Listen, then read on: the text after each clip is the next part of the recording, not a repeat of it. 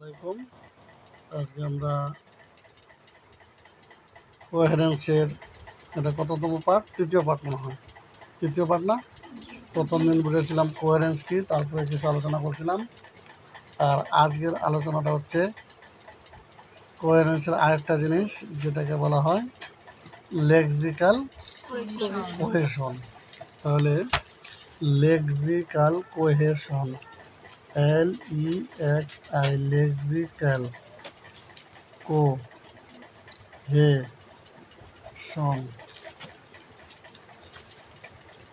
দুটো word. Cohesion আমরা আগে বুঝে গেছি।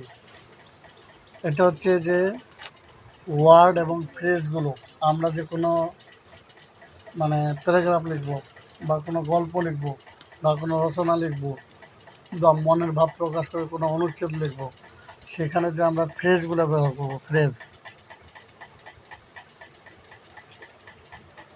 ফ্রেজ কোনগুলো? এলোট অফ, কোল্ড ব্লাড, ABC, তাই না? এ বেড অফ রোজেস, তাই না? এগুলো। এবং যে ক্লজগুলো ব্যবহার করব, এবং যে গুরুত্বপূর্ণ ওয়ার্ডগুলো ব্যবহার করব, এবং যে বিভিন্ন লিটারেরি টার্ম, যেমন মেটাফোর, তাই না, সিমিলি, অক্সিমরন, এগুলো যে ব্যবহার করব, এগুলো কোনটার পরে বারবার কিন্তু একই জিনিস আসতেছে। কোয়ারেন্স কোন সেন্টেন্সটার পরে কোন সেন্টেন্সটা যে বসাবো, এটার নাম হচ্ছে লেক্সিক্যাল কোহেশন। আমি লিখলাম পাখিরা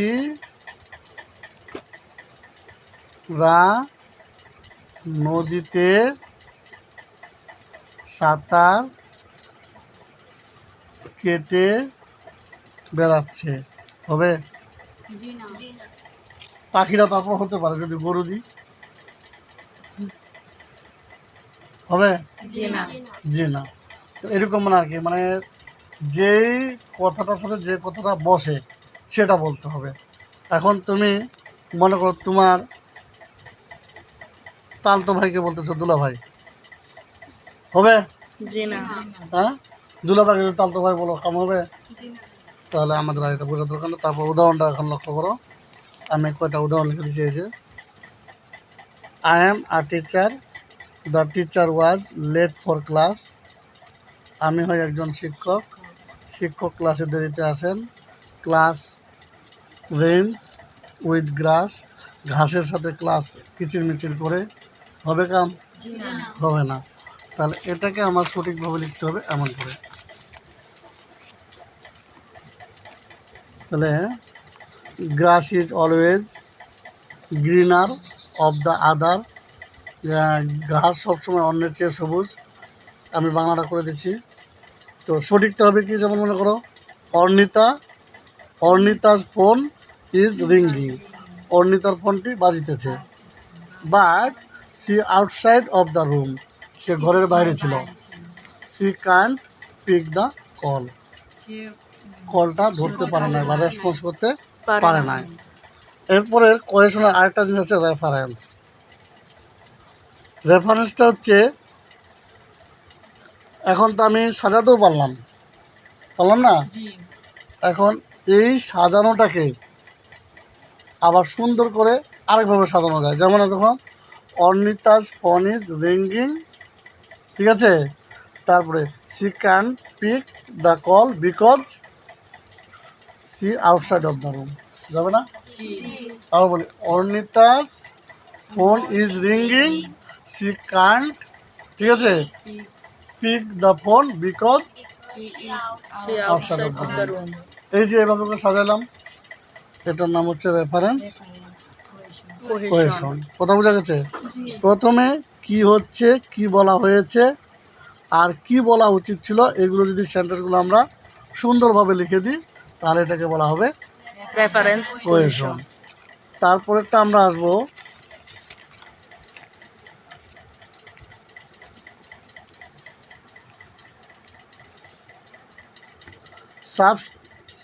সাবস্টিটিউশনাল কোহেশন। এটা আবার কি? এটা হচ্ছে আমরা অনেক সময়, যেমন মনে করো যে the farmer is an asset of our country. ঠিক আছে, নাও এ ডেজ, এখানে আমি একটা বসালাম, কানেক্টর বসালাম। Nowadays our some peasants are not happy. Farmer মানে কি?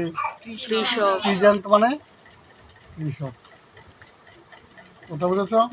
মানে শব্দের পরিবর্তে আর একটা নতুনত্ব, অভিনবত্ব ঢুকাই দিয়ে, ঠিক আছে, তারপর লেখা। তারপরে because of our cultivator, cultivator মানে কি? চাষি।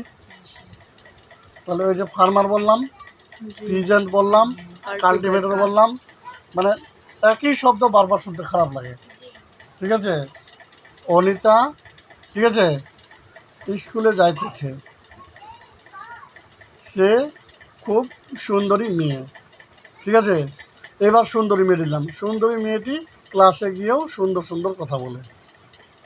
এখন সুন্দরী মেয়েকে অনিতা। তাহলে এই যে এভাবে করে বলা না, কথাটা এখনো বোঝো না? ক্লিয়ার হয়েছে ব্যাপার তো? এবার চলে আসবো আমরা এলিপসিস। এটাই মনে হয় শেষ হওয়ার কথা, নাকি আরও আছে? এলিপসিস। এলিপসিসটা কি?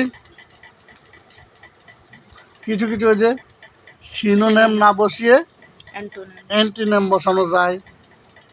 যেমন দেখো একটা কথা, আবার পুরো শব্দটা না লিখে অল্প বসানো যায়। এই যে বলছে which days are you going to